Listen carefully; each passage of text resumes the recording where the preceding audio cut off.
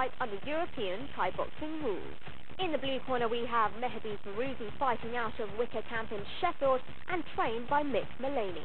In the red corner we have Derrick fighting out of Siam Dornadair in Glasgow and trained by John Craig. This fight will be fought over 5 2-minute rounds under European Thai boxing rules.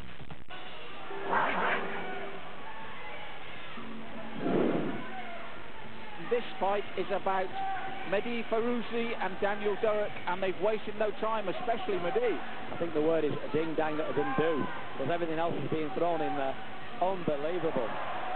Mehdi's just gone in with that awesome combination, and then Daniel just stopped him with one technique there, knocked him back a little bit.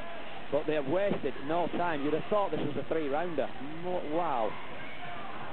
That's right, and as you said, Mehdi definitely the busier, but twice Daniel's rocked him with the single shot in return. Oh, and a solid knee too, yes. I mean, good job Daniel has got a very tight guard.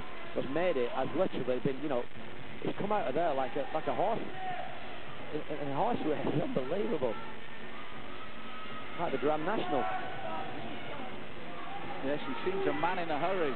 As you said, Daniel unfazed, tucked up well, defended well. Correct, that's a good sign, because we've seen, Malcolm, you and I have seen this, where fighters are in what's called, and in every fight game, it's called getting caught cold. You come out thinking, I've got 5 rounds, I'll take my time, and boom, caught cold. The look of Daniel was ready for that. Mehdi took the low kick, shakes his head. Mehdi, though, he's got the white shorts with the red and blue trim, blue gloves, and Daniel Derrick in the blue and white Scottish flag colours with the red gloves.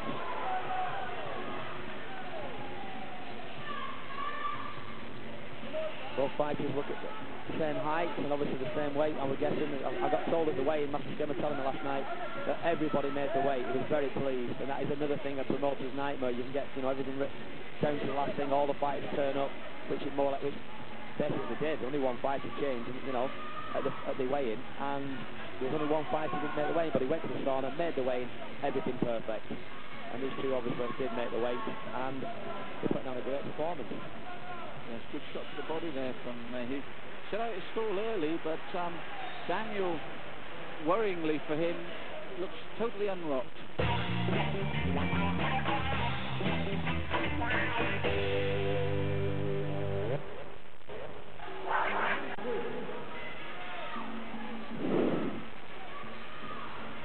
The thing that is surprising is they've both taken totally clean shots and walked through them.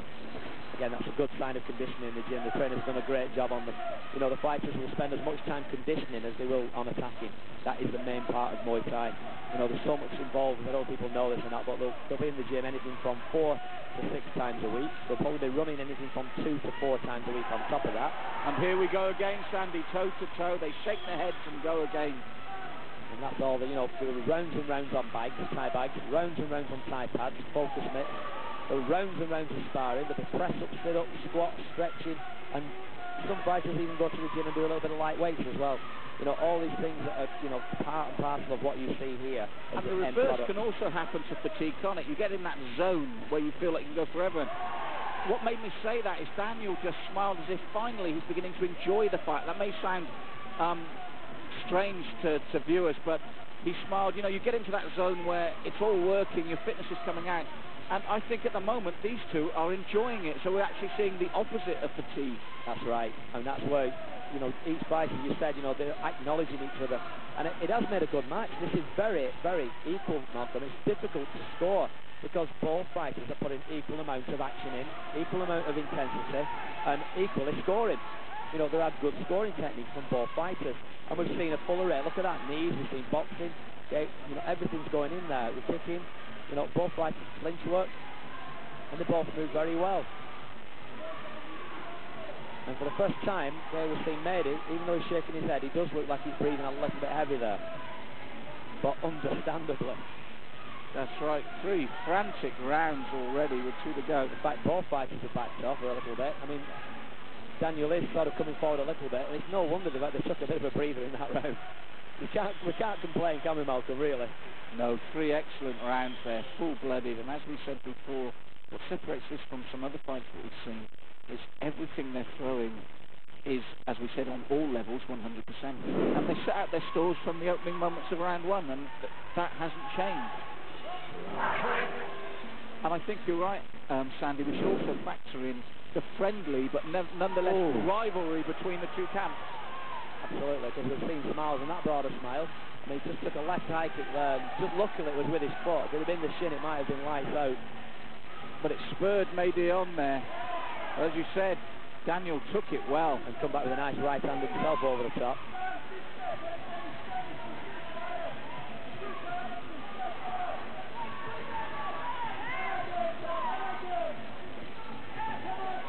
You can hear the passion from John Craig there. He's saying, step up, step in.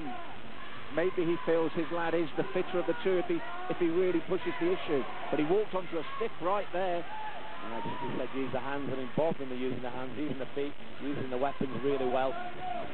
Good low kick there from Daniel. And again, you know, it's no wonder these fights are going to take a nice low kick again. You know, it's no wonder these fights are taking a heavy breath because they put so much into those first 3 rounds.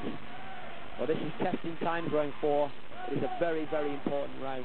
As we see so many times in the Muay Thai we've commentated on, rounds 4 and 5 are almost defining, aren't they, Sandy? They really do and can change the whole tempo and outlook of the fight. Totally. That's the thing. And then, you know, in Thailand, that's the word they say, the money round is the 4th round.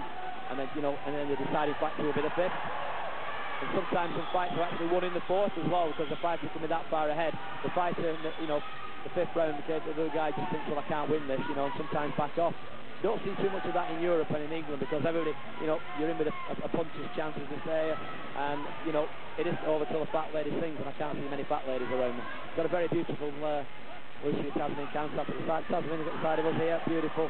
Okay, and she won't mind me saying that, but yeah, there's no fat ladies singing, and these two obviously want to see the final bell, I'm sure, because they put a great performance up. Yes, it's still only round 4. Superb conditioning, Sandy. Another superb round for us. Testament to themselves and the camp and the trainers. I, for one, certainly wouldn't complain with a draw. I know we never really like that, but my heart would go out to one of these two young men if this 5th goes in exactly the same way if they were to lose. It's one of the rare occasions I'm actually, in a way, hoping for a draw. Yeah, definitely. You know, I've got to absolutely agree with you, Malcolm, because when you see both fighters put 101% in each, and then, you know, 101 and 101, you know, that means a draw. And I know, like you said, we don't like to see a draw. But in fairness, that is why draws are part of the scoring system. And I'm glad they are. Some people say they should take draws out. I don't. You know, joint first, you can't beat that, can you? No, and I said, I must admit, both these men have won me over. They've given us a fight tonight of just pure aggression and determination and will to win. And I said, you will feel for whoever if they do lose this, which is a possibility. But as I said, I very rarely root for a draw, but I am on this occasion. I've got to go with you wholeheartedly, Malcolm, because, you know, they have just done nothing but give us a real test of fitness, test of technique, test of the mettle of these two fighters, because they took a lot of punishment as well as give it. And they're both still there doing it, and it is, you can't separate them with a razor blade.